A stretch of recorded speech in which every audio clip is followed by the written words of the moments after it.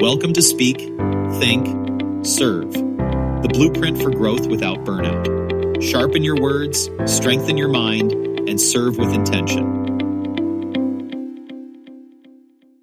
Picture it. You're sitting in first place. Number 2 is right behind you. Same team, same target, same leaderboard. You watch them work and spot a flaw you used to have, a tiny habit that, once someone showed you, leveled you up. If you pull them aside and fix it, they'll get better, maybe better than you. Do you tell them? That's the fork in the road. Compete or contribute. Being competitive isn't the villain. The question is, are you team first? If your nudge pushes them past you, do you feel robbed or proud? If they take the advice and thank you, do they feel like a threat or a teammate? The answer isn't fate, it's culture, and you're building it with whatever you do next. It's not about your rank or your score or even your success. It's about your assist column. That's the real scoreboard.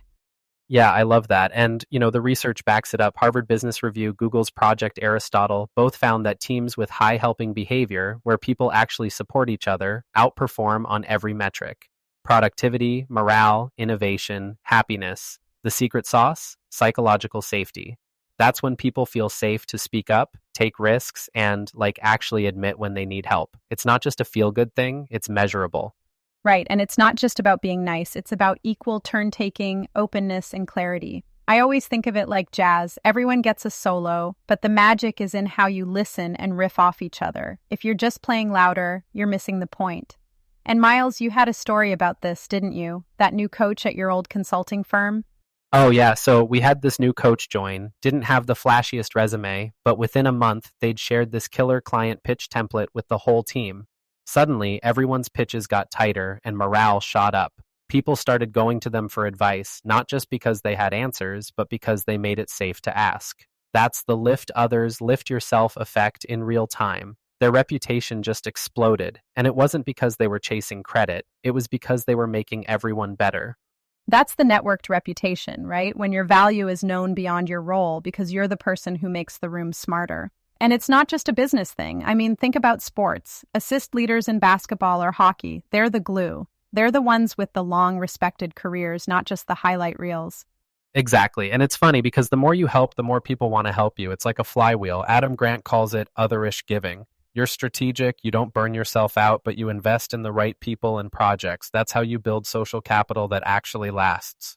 So if you're listening and thinking, well, I'm not a manager, I don't have a team, doesn't matter. The question is, are you lifting people as you go? Because that's what compounds into opportunity, trust, and honestly, a career that feels good to live in. Let's play this out, Miles. I'll be the sales rep who's hoarding leads, and you be the one who's, actually sharing them for the team win. Ready? All right, here we go. Hey, Amani, I noticed you've got a ton of leads this month. Mind tossing a couple my way? Yeah, I'll check, but, I've got a lot on my plate. Maybe next quarter? Now, let's flip it. Hey, Amani, I've got a lead that's not really my style, but I think you'd crush it. Want me to send it over? Absolutely. And actually, I've got one that's a better fit for you, too. Let's swap. See, that's the difference. Adam Grant's research, he talks about how healthy competition is us versus the problem, not me versus you. When it's toxic, people start hiding info, chasing credit, and trust just tanks. Gallup found that when competition gets ugly, engagement drops and people start heading for the exits.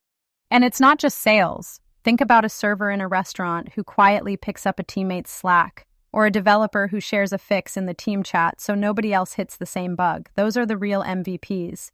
But too often, we only celebrate the star players, not the assists. What if we flipped that script? Yeah, what if every team had an assist of the day wall or, a community channel where you just post, hey, shout out to Jamie for having my back on that client call. That public celebration of assists changes the culture. Suddenly, people are looking for ways to help, not just ways to stand out. And it's contagious when you see someone pass credit or share a template or just say, I'll take the trays, you take the tables. It gives everyone permission to do the same. It's like the tone shifts from defensive to curious, from how do I look to how do we win. And that's where the real magic happens, because when the scoreboard is us versus the standard instead of me versus you get more innovation, more grit, and way less drama. It's not about losing your edge, it's about sharpening it together. So let's get practical. How do you actually build a culture where contribution isn't just a poster on the wall, but something people do every day? I love the Pixar brain trust example. Everyone in the room gives feedback, but it's about making the work better, not proving you're the smartest. That's peer-to-peer candor, and it's why they keep making hits. And Toyota's and-on cord, this is one of my favorites. Any worker can pull the cord to stop the line if there's a problem. It's not about blame, it's about protecting the standard. That's empowerment in action. And it turns mistakes into shared learning, right there on the floor. And here's the best part. When that cord gets pulled, the whole crew rallies. They might stay late, miss a quota, or push back a delivery, but everyone knows the priority is fixing it together. That kind of unity builds more trust than any on-time shipment ever could. Imagine if every team had a stop-the-line phrase, like cord pull, and it meant, let's fix this together. That's a game changer. Quick example of unselfish behavior. A service team swamped, calls piling up, and a new hire's struggling with parts codes. The senior tech pauses their own work, whips up a quick cheat sheet, and pins it where everyone can see it. Then says, I'll lose 5 minutes now so we all save 50 this week. That's contribution in motion, slowing down once to speed up forever.